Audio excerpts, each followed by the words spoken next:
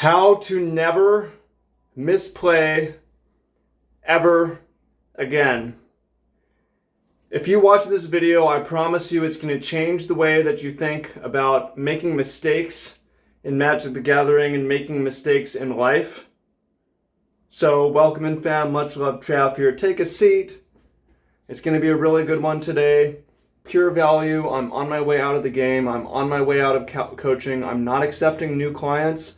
The best I can do is drop you some of these gems of knowledge that's going to help you on the way out. So if that sounds cool to you, make sure to hit the thumbs up button and make sure to share this. And most importantly, make sure to take a seat, get out your notes, watch the whole video. It's going to be really powerful. It's going to be really useful for you. So I just got off the phone with the coaching client, one of my last clients, who came to me with something you can relate to. I'm making a lot of mistakes. I feel like I'm regressing. I feel like I've plateaued. How can I get better? I would love if I had never made mistakes. It's painful.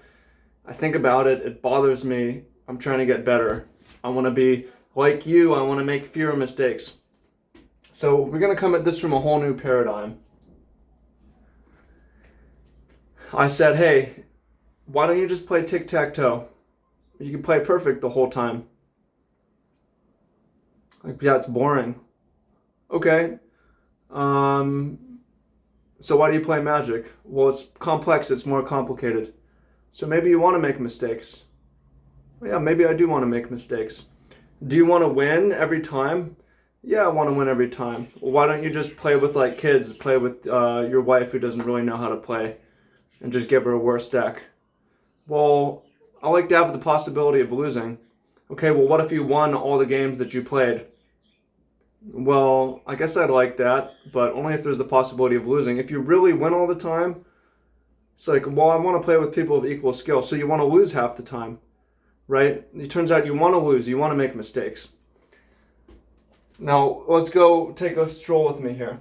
This is the quadrant of knowns and unknowns. We have our known knowns, where it's like, I know that I made a mistake there. We have our known unknowns. Things that we know that we don't know. So, this would be like, that play, I'm not sure what the right play was. I don't know if I did it right, I don't know if I did it wrong. We have unknown knowns, where I didn't even realize I made the right play. I didn't even know that I knew that. I didn't even think about that, I just did that, and it worked out. And then we have our unknown unknowns, which there's a whole world of mistakes in this region that we're not even aware of. There's no thoughts here because you don't even know it's here. So as you get better, as you learn more, your unknown unknowns, this world gets smaller, this world gets bigger. The more knowledge you get, the more that you know, the more that you learn. And this moves here. This also moves here. But the thing about this is it's infinitely large too. Like it's a whole quadrant. But information from here just keeps moving here. So what happens is you make more advanced mistakes the more that you learn. So an example is, at first you make a mistake and you're like, or first you lose and you blame mana screw. I didn't draw the land.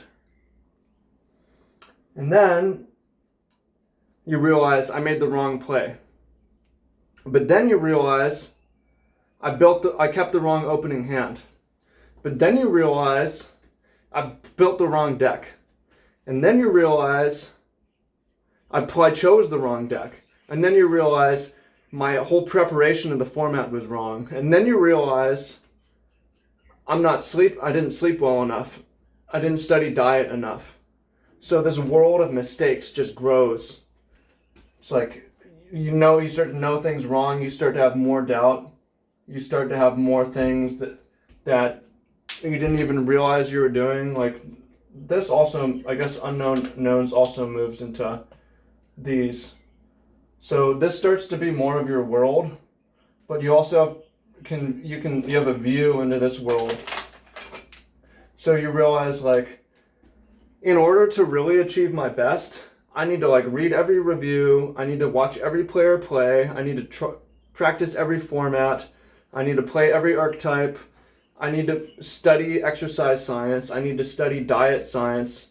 I need to study sleep science. I need to study health science. I need to do all these things in order to make fewer mistakes. But in doing that, I just go into this new world where I realize like this world keeps expanding and expanding into here, where the more that you play and the more that you learn, the more you're going to notice mistakes. The more your world of realization of things that you thought you just don't know, you don't realize. So then he says, wow, this changes my perspective. Is that true of just magic, or is that true of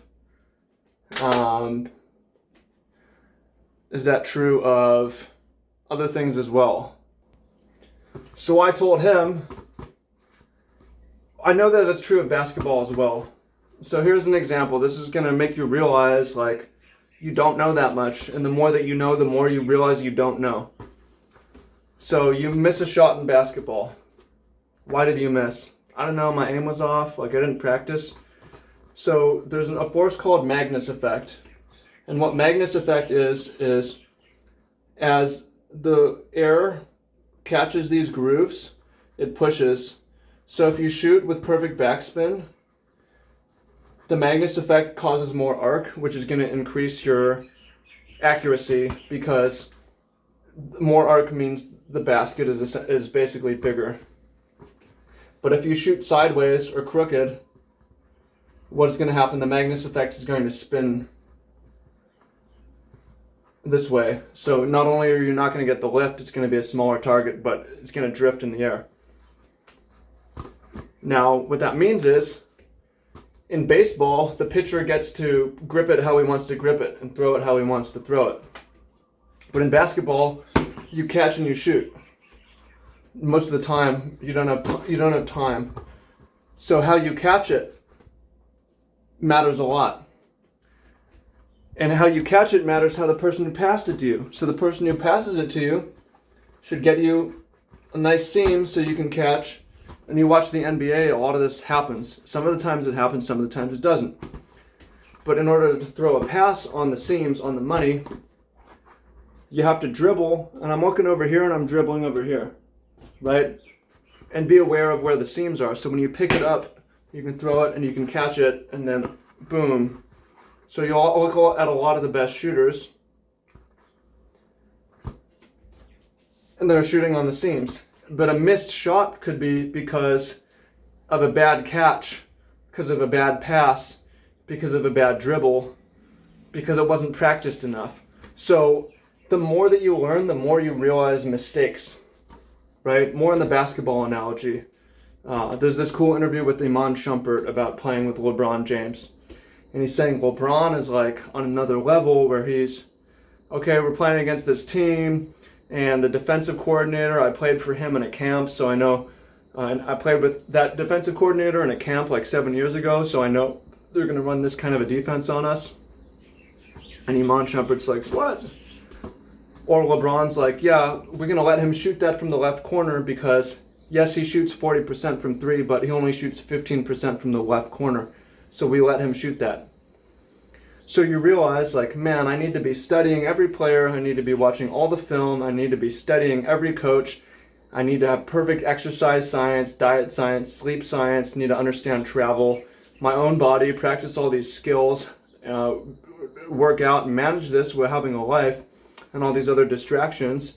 Just the world expands. It's like, I can't even do it, right? You look at back to LeBron James. He's been in 10 NBA finals. He's only won 4. People are really, really critical of him because they see the mistakes that he makes in game. He could be better, right? So the point is that you're never going to make a mistake where you never misplay again. You're never going to make a and the better you get, the more mistakes you're going to become aware of and realize that are possible, right? Like with the client I was talking to, he says, like, the mistake was I sided into the wrong deck. And I was like, yo, dude, like, A month ago, you never would have changed your color of sideboarding. You're making more nuanced mistakes now. You're not regressing. Your world is expanding right now. So it's exciting. And then you take this and you look into the world where it's like my finances, man, I need to study world economy and statistics and philosophy and history to figure out even what to do with my money and my skills. Like, I need to study science of happiness and community and work. And I mean, I got to study like my own craft, and I got to study relationships, and all this physical stuff. And I'm trying to win this, be good at this game too. It's just the world of things that I could do wrong. Like, should I, like the sobriety question and the sleep question and all these things is just, it's just so many mistakes, and you just end up living with it.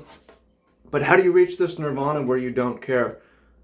You never reach that point, right? For me, I think about mistakes I made and matches I misplayed in from years past. Like, yo, bro, should have cast Transgress the Mind. You're right, I should have, and I think about that. And it's okay, it's totally normal. I think about saying the wrong things. I think about relationships ending in the wrong way. I think about avoidable mistakes in my life with my finances. I think about, it's normal. I think about, it's like you go to you prepare for weeks for a tournament, and you go and you make some advanced mistake and go 0-2, and you're like, maybe the mistake is that I think that this is something abnormal about this, but really I should be grateful that this game is causing me a roller coaster of emotions where I go to a tournament and I could laugh and I could cry and I could dance for joy, and I could be so happy for someone, and it could change my life, and I can experience crushing defeat and depression, and my game is this hobby is doing all this for me. So it's pretty exciting. I hope you found that useful. Again, I'm not promoting anything here, but what I do want to do is invite you over to my other channel. I'll put a link to that down below. I make like 4 to 7 videos a week, and it's a lot. Some of it's in this format, but it's all about improvement and life, and it's exciting. And I taken a lot of principles that I've learned from Magic. So make sure to hit the thumbs up. Appreciate you. I might drop a couple more videos on my way out, but I've pretty much migrated over to my other channel, and if you haven't been there, you should come check it out. So link down below, hit the thumbs up, and then go click on that link. Comment down below also. Much love, fam, and talk to you soon. Peace.